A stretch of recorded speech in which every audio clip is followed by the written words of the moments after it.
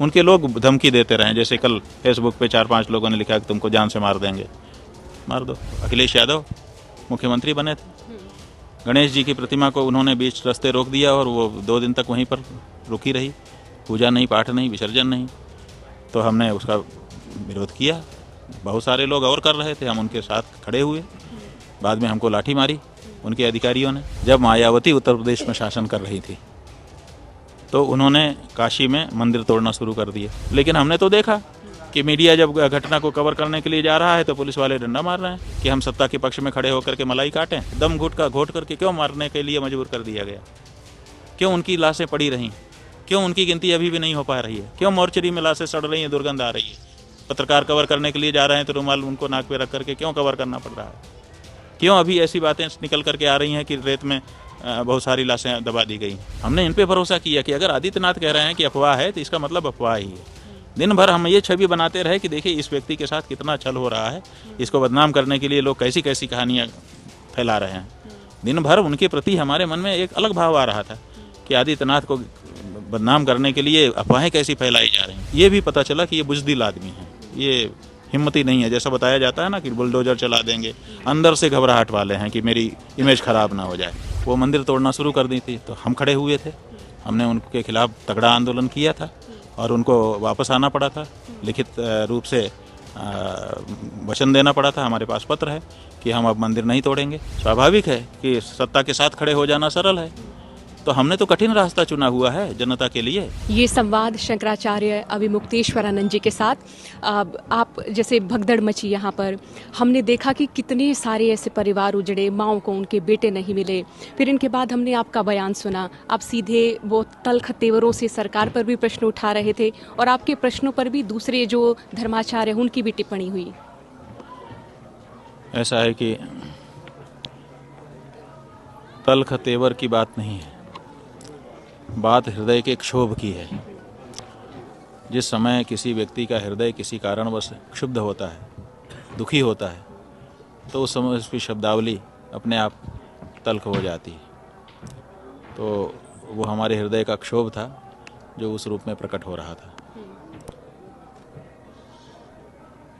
जब इतनी बड़ी घटना यहाँ घटी, मृत्यु को छुपा लिया गया, दिन भर उनको छुपाने की कोशिश की गई, कहा गया अफवाह, अफवाह पे ध्यान मत दो।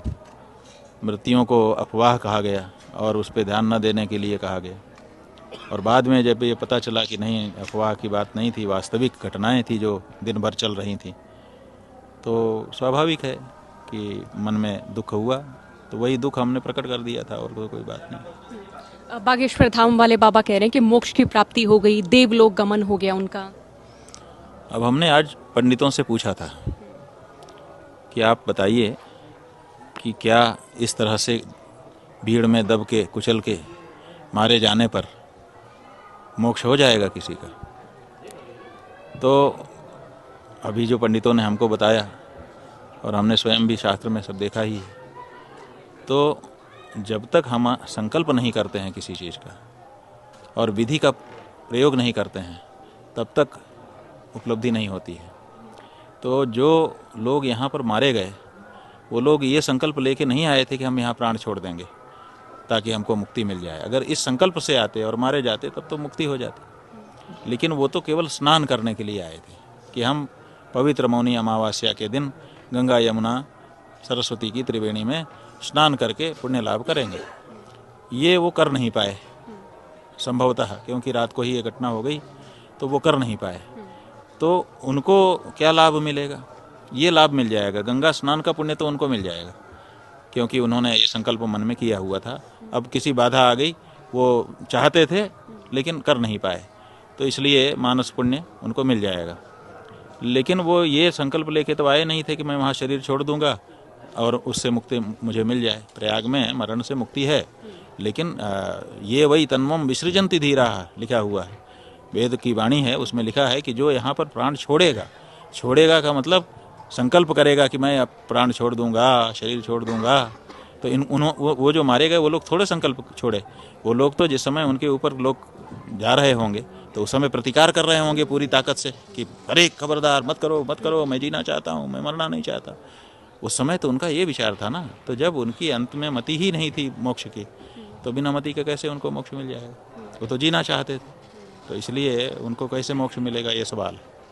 अब आपके जो बयान रहे उनको अब सोशल मीडिया पर कहूँ या फिर बहुत सारे नेताओं की ओर से कहूँ तो ये टिप्पणी आई कि आप विपक्षी दलों की पैरवी कर रहे हैं, कोई आप पर सपाई होने का आरोप लगा रहा है, कोई कांग्रेसी होने का आरोप लगा रहा है। आरोप और क्या लगाएंगे आप बताओ? कोई जवाब उनके पास होता तो वो देते।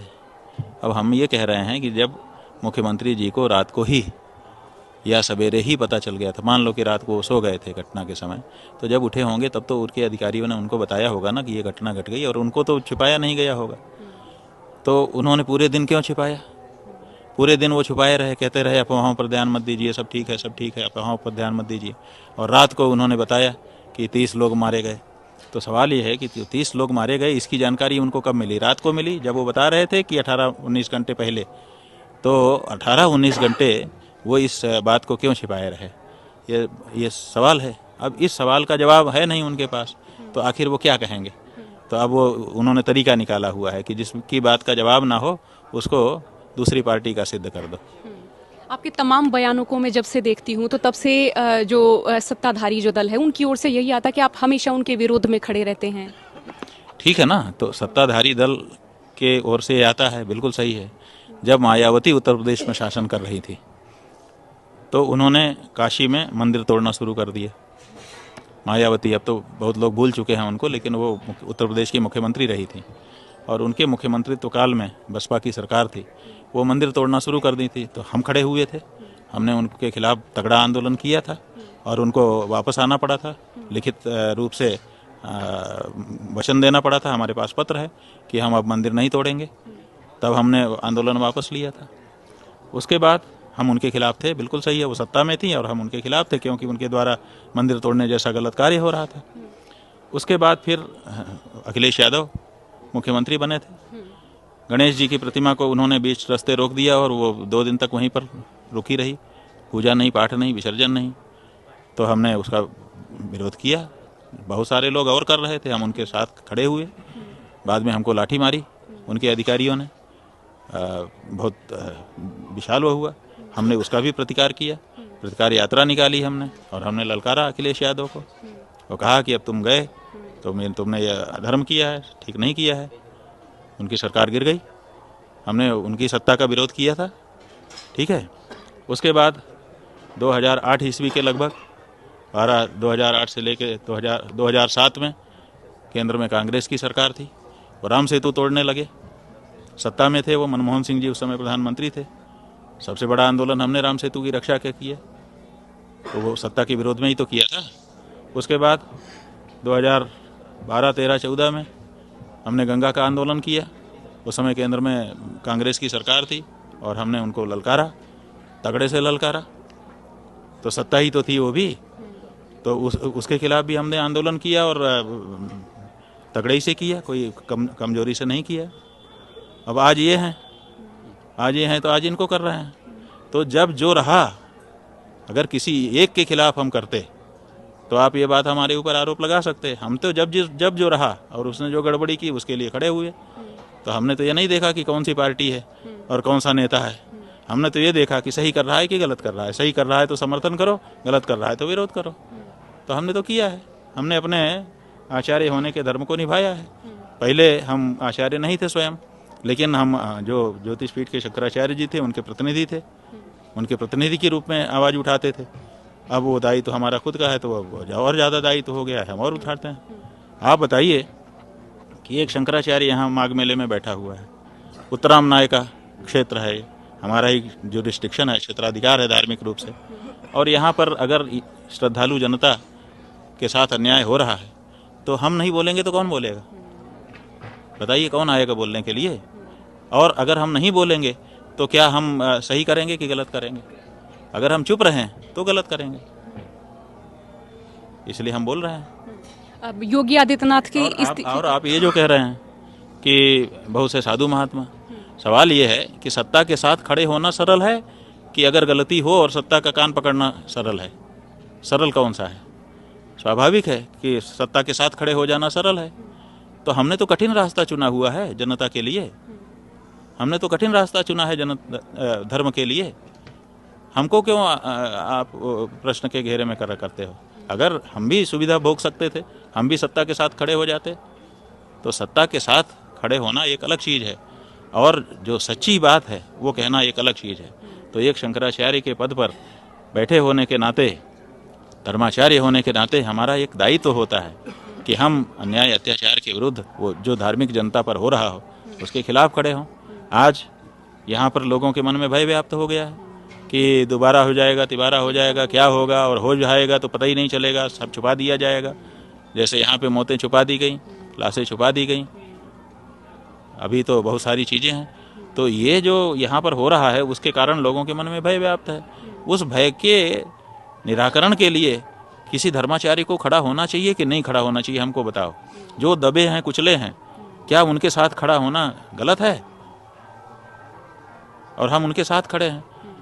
हम सत्ता के राजमहल में नहीं हैं, हम तो उन बेचारों के साथ फुटपाथ पे खड़े हैं। तो हम गलत कैसे हो सकते हैं? और उनकी आवाज़ कोई तो उठाएगा कि कोई उनकी आवाज़ नहीं उठनी चाहिए, उनकी तरफ से कोई नहीं बोलना चाहिए। केवल जो सत्ता चाहे वही चाहे तो विपक्ष खुद बन जाए, अन्यथा विपक्ष होना ही नहीं चाहिए। ऐसा है क्या? अरे भाई, वो यहाँ पर व्यवस्था कर रहे हैं, ये व्यवस्था की ही तो कमी है कि कितनी जगह पर भगदड़ मची अभी तक पता नहीं है। कोई कह रहा है 1 जगह पे, कोई कह रहा है 2 जगह पे, कोई कह रहा है 3 जगह पे, कोई कह रहा है 4 जगह पे। आखिर ये बातें क्यों फैली हैं 4 दिन से? व्यवस्था अगर सही होती तो यूँ वीडियो निकाल के दिखा देता हमारा मेला प्रशासन कि देखिए ये है पूरे मेला का वीडियो और ये है वो जगह जहाँ पे हुई। आप लोग काहे को अफवाह फैला रहे हैं? तुरंत अरेस्ट करो। लेकिन कर पा रहे हैं? तो व्यवस्था की कमी नहीं है तो किसकी कमी? फिर आप अभी तक मृतकों की संख्या सही नहीं बता पा रहे। जितने लोग स्नान कर रहे हैं, हर आधे घंटे में डाटा आ जाता है, इतने करोड़ लोग स्नान कर लिए। इतने करोड़ स्नानार्थियों को गिनने के लिए आपके पास व्यवस्था है कि इतने करोड़ उनको गिन लेंगे आप, लेकिन कितने मरे उनकी गिनती आपके पास नहीं रहती है 4-4 दिन के बाद। ये व्यवस्था है। तो व्यवस्था में कमी दिख रही है कि नहीं दिख रही है? व्यवस्था क्या होती है? व्यवस्था ये होती है कि सब कुछ पारदर्शी। आइए देख लीजिए, आपको बुला करके विजिट करा दिया जाता, एक प्रेस कॉन्फ्रेंस होती मेला प्रशासन की ओर से कि मीडिया वाले आएँ, क्या क्या देखना चाहते हैं हम दिखाने के लिए तैयार हैं। ये व्यवस्था होती। हम कहते हैं कि देखिए इनकी कितनी चाक चौबंद व्यवस्था है, कोई चीज़, सब चीज़ पारदर्शी है। लेकिन हमने तो देखा कि मीडिया जब घटना को कवर करने के लिए जा रहा है तो पुलिस वाले डंडा मार रहे हैं, धक्का मार रहे हैं, खींच करके दूर लेकर जा करके फेंक दे रहे हैं। ये व्यवस्था होती है। तो दिख तो रहा है सब कुछ कि क्या व्यवस्था है और क्या नहीं है। अगर और इसके बारे में कोई आवाज़ उठा दे तो आप उसको कहते गलत। क्या हिंदू समाज चाहेगा कि हम सत्ता के पक्ष में खड़े होकर के मलाई काटें? कि हिंदू समाज चाहेगा कि उनकी जो जेन्युइन बात है उसको हम उठाएं? क्या चाहेगा? हिंदू समाज तो यही चाहेगा कि उनकी भी आवाज़ उठाने वाला कोई हो। तो हमने सब खतरा लेकर के उनकी आवाज़ को बुलंद किया हुआ है। हिंदू समाज के साथ हम खड़े हुए हैं। हम राजनीति के साथ नहीं खड़े हुए हैं, हम अपने समाज के साथ खड़े हुए हैं। जो मारे गए वो भाजपा को वोट नहीं देते थे, ये कौन प्रमाणित करेगा? आप बताइए, कोई प्रमाणित कर देगा? वो पता नहीं किस पार्टी को वोट देते थे, किसको पता कि वो कौन पार्टी के थे। लेकिन वो श्रद्धालु तो थे, स्नानार्थी तो थे, बड़े भाव से चाव से आए तो थे। फिर उनको दम घोट करके क्यों मारने के लिए मजबूर कर दिया गया? क्यों उनकी लाशें पड़ी रहीं? क्यों उनकी गिनती अभी भी नहीं हो पा रही है? क्यों मोर्चरी में लाशें सड़ रही हैं, दुर्गंध आ रही है? पत्रकार कवर करने के लिए जा रहे हैं तो रुमाल उनको नाक पे रख करके क्यों कवर करना पड़ रहा है? क्यों अभी ऐसी बातें निकल करके आ रही हैं कि रेत में बहुत सारी लाशें दबा दी गई हैं? क्यों आ रहा है? तो कहीं ना कहीं व्यवस्था में कोई त्रुटि तो है। व्यवस्था वो होती कि सब कुछ पारदर्शी, प्रशासन घोषणा कर देता कि जिसको कवर करना है आइए, कहाँ कहाँ जाना है आइए, सब लोग कवर करिए। ये बात है। इतने लोग मर गए हैं, ऐसे भगदड़ हो गई।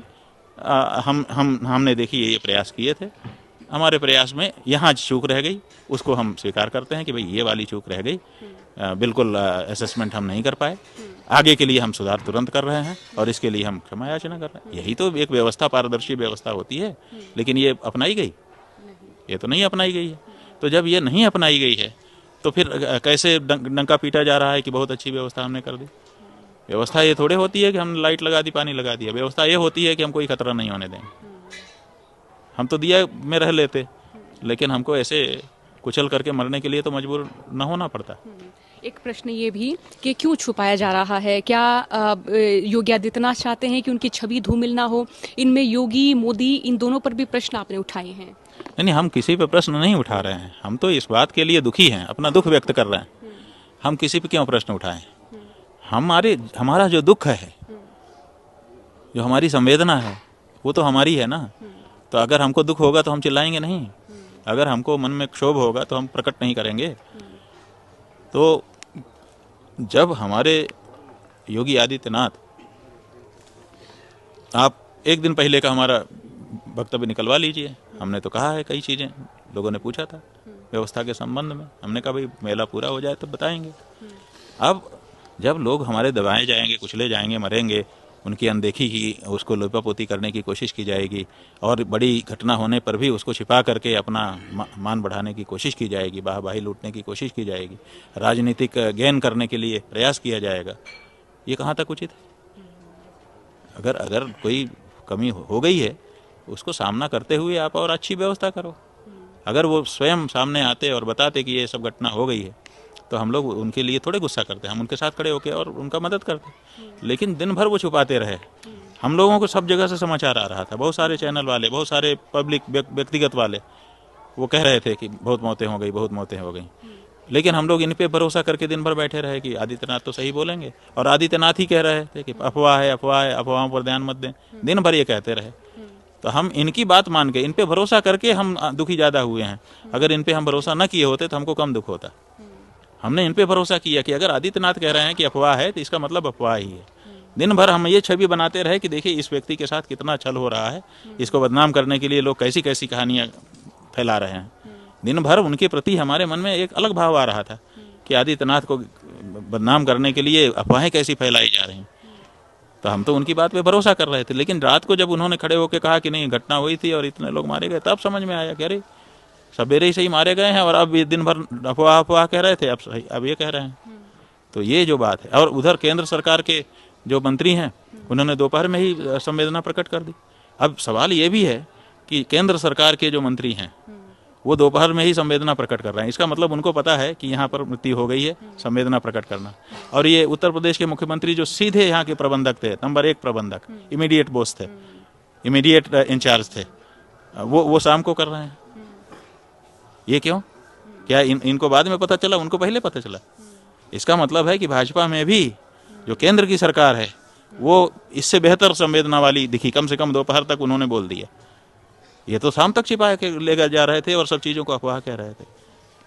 वो भी अच्छा ये कहते हैं कि हमने तो इसलिए कि भगदड़ न मच जाए मरने की बात सुन करके, इसलिए हमने इसको, उनके एक किसी व्यक्ति ने वक्तव्य दिया है, किसी महात्मा से वक्तव्य दिलाया है कि उन्होंने इसलिए नहीं बोला, रात तक छिपा लिया जानबूझ करके कि कहीं इससे अफरा तफरी न मच जाए। तो केंद्र सरकार इस बात को नहीं समझती थी कि हम अगर बोल देंगे संवेदना के वाक्य तो इससे भगदड़ मच जाएगी। क्या आदित्यनाथ की बात से कम सुनी जाती है उनकी बात केंद्र वालों की? तो केंद्र वाले दोपहर में संवेदना व्यक्त कर सकते थे तो इनको रात तक इंतजार क्यों करना पड़ा? ये सवाल है ना। तो कहीं ना कहीं इन्होंने बड़ा अपराध किया कि मृत्यु को अफवाह अफवाह दिन भर कहते रहे और मरे हुए लोगों की लाशों का अपमान हुआ। ये ठीक नहीं है। इस बात का जो मलाल है वो बिल्कुल रहेगा, ज़िंदगी भर रहेगा, भूलेगा नहीं ये सब दृश्य और ये कृत्य। हमारी जो बात है, देखिए, हम व्यवहार बनाने के लिए और व्यवहार बिगाड़ने के लिए नहीं बोलते हैं। ना तो किसी से व्यवहार बिगड़ने से हम भयभीत हो रहे हैं और ना व्यवहार बनने से हम लाभ कुछ चाहते हैं। जो बात है और वो भी जनता के पक्ष की बात है, दायित्व है हमारा कि शंकराचार्य के पद पर रह करके हम बोले। शंकराचार्य का पद होता ही इसीलिए है कि राजाओं से कोई गड़बड़ी हो रही हो तो उंगली उठाए।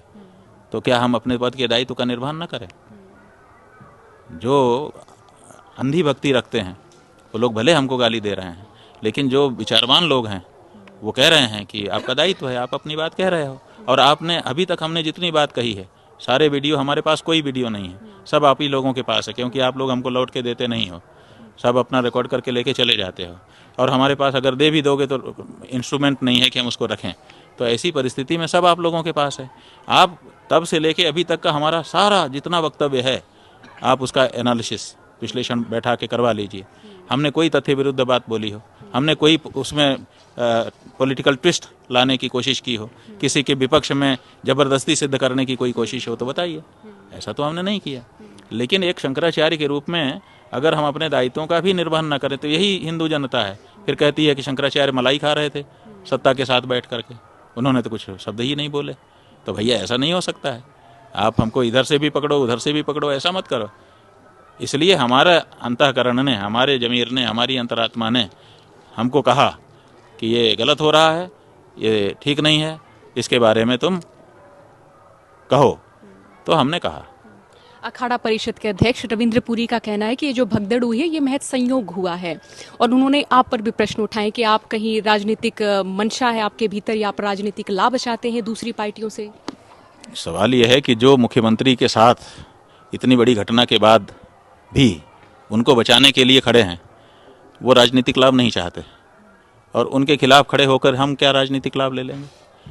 अरे हमको लेना होगा तो जो पार्टी बहुमत में है, जिस पार्टी का मुख्यमंत्री है, उसके पक्ष में जाके राजनीतिक लाभ हमको मिलेगा, कि जो विपक्ष में हैं और उनके आने की कोई संभावना अभी दिख नहीं रही है, उनसे हमको राजनीतिक लाभ मिलेगा। कौन सा राजनीतिक लाभ मिलेगा बताओ आप? बसपा से हमको क्या लाभ मिल सकता है? यही पार्टियां हैं यहाँ पर, सपा है, बसपा है, कांग्रेस है, और वो रावण की पार्टी है, और वो असदुद्दीन ओवैसी की पार्टी है। यही 4-5 पार्टियां तो हैं इन, और वो राजभर वाली पार्टी है। अब ये जितनी पार्टियां हैं, ये हमको ज़्यादा राजनीतिक लाभ दे सकती हैं कि योगी आदित्यनाथ हमको ज़्यादा राजनीतिक लाभ दे सकते हैं? बताओ। मानी हुई बात है कि राजनीतिक लाभ अगर हमको मिल सकता है तो आदित्यनाथ से मिल सकता है। तो अगर हम राजनीतिक लाभ के लिए बोल रहे होते तो जैसे महाराज जी खड़े हैं ना, वैसे हम भी उन्हीं के बगल में जाके खड़े हो जाते, कहते कि नहीं नहीं बड़ा अच्छा काम कर रहे हैं। लेकिन हमने ये नहीं किया है। इसलिए जब आरोप कोई लगाता है ना, तो उसको देखना चाहिए कि मैं कहाँ खड़ा हूँ। ये बात है। ये मेरा अंतिम प्रश्न है। आप जैसे कि मुखर हैं, मुखर भी मैं कहूँ कि वो आप अपना कर्तव्य निभा रहे हैं, तो ऐसे क्या सत्ता पक्ष की ओर से कभी आपके पास ऐसे आता है एक तरह की रिक्वेस्ट, उसे मैं कहूँ कि आप बयान ना दें या आप ना बोलें, कुछ इस तरह कहा जाता आपसे? नहीं, अगर आते तो अच्छा रहता। अच्छा नहीं रहता। आते और कहते नहीं, हमको रोकने आते, वो तो अलग बात है कि रोकना ना रोकना, लेकिन कम से कम वो हमको बताने तो आते कि सच्चाई ये है। कोई व्यक्ति उनका आता कि महाराज ये वाली बात आपकी तथ्य विरुद्ध हो रही है, आप इसको ये हम तथ्य आपके सामने रख रहे हैं, तो तब हमको अच्छा लगता कि चलो कम से कम वो हमको तथ्य दिखा रहे हैं। लेकिन वो तो ये ऐसे संवाद ही नहीं करते हैं, कभी नहीं। उनके लोग धमकी देते रहे, जैसे कल फेसबुक पे 4-5 लोगों ने लिखा कि तुमको जान से मार देंगे। मार दो, सन्यासी को मरने से क्या डर है? जब हम अपना श्राद्ध तर्पण कर ही चुके हैं, हमें क्या डर है बताओ? हमें अब कौन सा संसार का सुख भोगना है कि हम संसार में ज़्यादा दिन तक रहने की इच्छा करें? अरे जब तक भगवान ने रखा है तब तक हैं। जिस दिन भगवान कह देगा कि चलो तो पहुंच जाएंगे, ज़्यादा अच्छा है।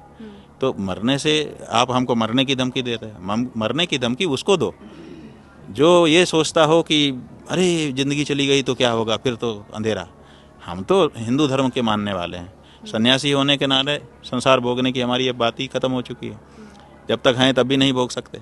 और दूसरे, हमारे यहाँ पुनर्जन्म है, अगर मुक्ति नहीं हुई तो अच्छे काम के लिए, धर्म के लिए लड़ते हुए मरेंगे तो और अच्छा जन्म मिल जाएगा। हमें क्यों डराते हो?